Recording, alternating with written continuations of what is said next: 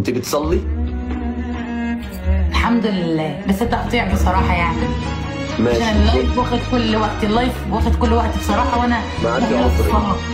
معاكي عذر، معاكي عذر.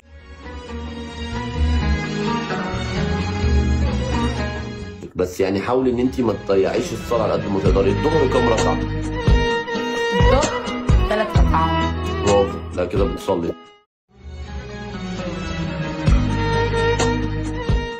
طيب العصر؟ العصر 4 ركعات.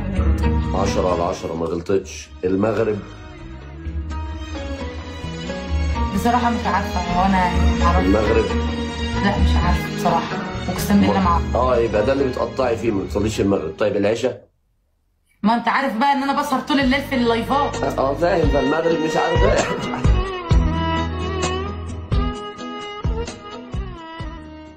طيب العشاء؟ فاهم. بقول لك اللي انا بسهر طول الليل على اللايفات لحد الساعه 5. يعني مغرب وعشاء في الدبل اللي انت حضرته.